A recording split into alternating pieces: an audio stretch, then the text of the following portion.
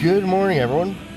Got a unit here that came in with a Derate, and as you can see, I got multiple active codes. Now, when I get a unit here and I'm getting like a million active codes, the first thing to do is to check on all the codes to see if they are related. This one, or these ones, got your NOx outlet sensors, DEF, tank, particulate matter sensor, all that is related to your after treatment system. So definitely either one of these sensors or modules, or the data link, or the power and ground that supplies them all is failed.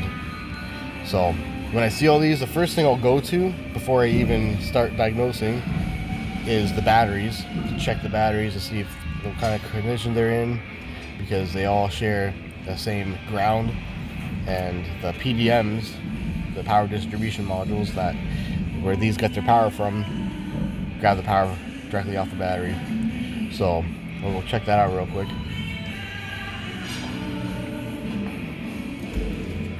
And these batteries here, get a light on. Looks like they're fairly new. You can see there's some corrosion on there. This cable's been replaced, it looks like. This one has. So yeah, there's definitely some work done on this. There's a lot of corrosion back there. So I'm going to see if maybe they might have missed putting a cable back on, or possibly maybe even like that bit of corrosion over there is causing some issue. So I'll just pull that off. But also, if you want to do before this, just to verify it is a voltage issue, is grab any one of these sensors or modules. Grab any one of them and test your power and ground and data link as this unit sits with the key on. And that'll determine if you're losing a power or a ground. You'll know it's related to that. They'll give the batteries if there's nothing that's really sticking out. So yeah, I think that's probably honestly what I'll do first, is just grab one of these sensors. Probably an easy one to get to the connector, and test the power and ground and data link circuit just to see what's affected before I start pulling all this apart. Alright, so I'm under the truck right now on the passenger side. There's my after treatment, couple modules there. The top one of the yellow with the yellow connector, that one right there is our particulate matter sensor. The bottom one, that's our NOx outlet sensor. I also have the NOx intake sensor right there, but that one sometimes gives me some trouble pulling it out. So I think I'm going to go with the NOx outlet sensor, the bottom yellow tab, the one right there. I'll just disconnect that, and then I'll get all my circuit readings from that. Alright, got the connector out. So you don't really need to know what circuit is what, unless you do have a problem. What I'll do is I'll grab a ground from the chassis, and I'll use my meter to test all these pins.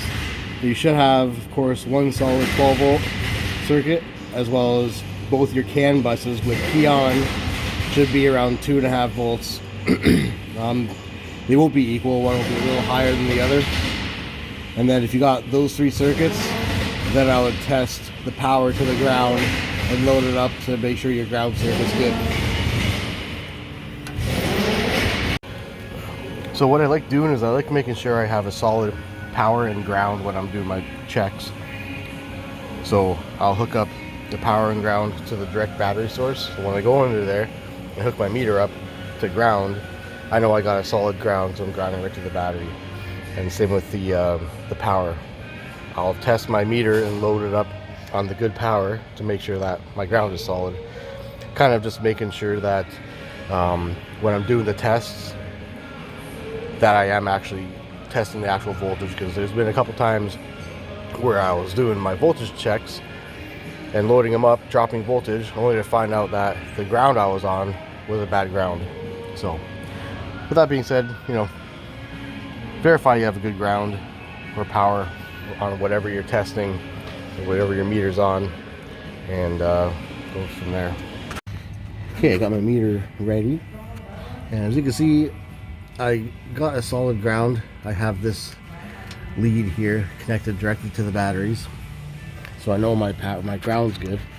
And how you can test this without even having a wiring diagram is I'll try to prop the camera up here, but pretty much I'm going to test for power on all these 4 circuits. I don't know which is which, but you should have 2 that are around 2.5 volts and 1 that's 12 volt, and of course 1 that'll be 0 volts because that'll be ground. If you have that, then you know the power circuits and the data link circuits are good, and you just gotta test for ground. So pretty much I'll just go one by one here. Okay, so that one's 2.57, so that's a data link. This one's 2.48, so that's a data link.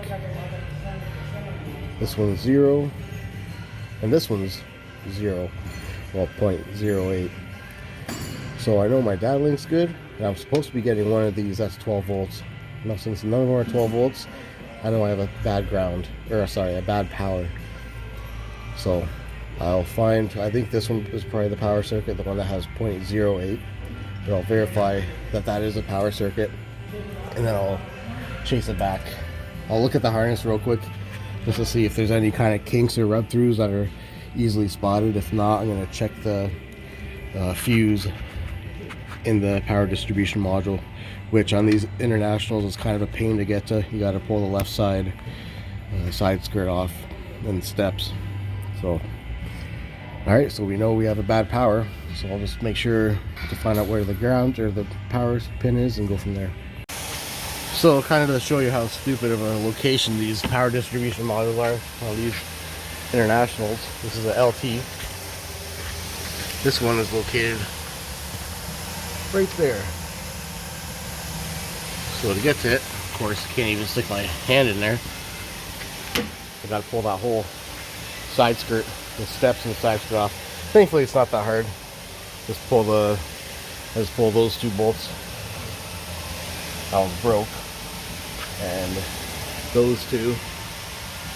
And then the whole thing just kind of slides out. But yeah, that would suck to have to change the batteries on the side of the road or something when you have to pull all that stuff off. But anyways, that's where the PDM is located.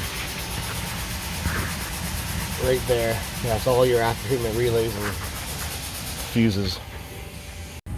Okay, so I did check the wiring diagram and verified this one here is power.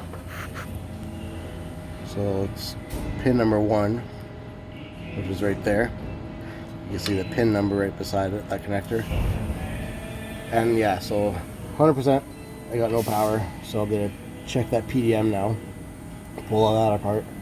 And a lot of times they corrode in behind the PDM, usually probably within the, you know, the 8-inch lead of wires behind the PDM. It's corroded, so I'll see if this one's doing the same thing, as well as when I pull that side skirt off, check the battery connections and all that.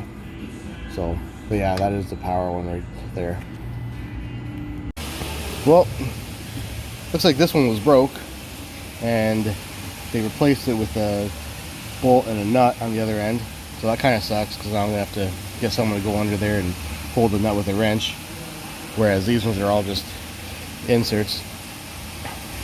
So I was able to pull them out, except for, of course, the one that was broke here. And that wasn't in there. Yeah, look, there's no insert or nothing. So, that's classic. Alright, so there we are. Let's pop this thing open. And, huh. Oh, that is there. Well, I'll pull all these apart. That's R2. R2 is pressure. Okay. Haven't seen that happen before. But anyways, I'll test for my power at the after treatment. F3. So that one right there. Should have 12 volts there. So come here.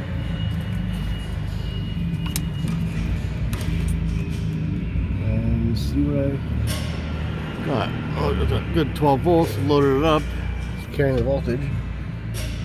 Test the other end. same thing, good 12 volts. So I know our relay's good, or sorry, our fuse is good. So check the relay, and then what I'll do is, here's all the wiring and stuff back there. I seen that little bit of green there, I got excited, but it ended up it's just a little paint marker or something from the factory. So I will be checking all the wiring back here. I'm going to pull that off. You can see how it's kind of rubbing back there. I'm hoping that's kind of where the issue is. So to remove this, it's just 4 bolts here that come off with a 10 mil socket. Alright, well I pulled this down and sure enough, look at that. Look at all that green. So this right here, I can guarantee you, is the problem. Yeah, always back here. They always rub through and everything. And yeah, that's pretty much it. So I'm gonna go ahead, fix these circuits here, and then see if I got power back at the sensor. Also, while I'm in here, I'm going to cut this zip tie and check all this wiring in here that's all kind of snaked together, because a lot of times they'll corrode and rub through on the loom in here and give you issues as well. So I'm gonna cut that, inspect all the wiring in there, make sure it's not coming apart or rubbing or having, you know, any issues there while we're here. So I'll go ahead and do that now too. Okay, so I got those wires fixed up there. So now I'm going to test that same pin. And as you can see, now I got a solid 12 volts. I loaded it up. And yeah, it just drops a little bit. And we're good. So that wire there operated the aftertreatment relay, which sends powers to all the modules and sensors on the aftertreatment system. So yeah, got that fixed up. Now I got the power there, good ground, everything, and you plug everything back in, clear the codes, and go on a road test. But that's pretty much it. I'm going to recommend the customer also get a battery service done, because those batteries are pretty rough. And yep, that was a good job there. So already, without clearing the codes, I just turned the key on and hooked back up to the ECM. You can see all these codes are inactive. So yeah, that wire was causing all this problem. Now these ones here that are active, they're just SCR inducement codes. They're the ones that put your truck into Derate. So I'm just gonna go ahead and clear all these, and then put that step back on and go on a road test. But yeah, that was the problem.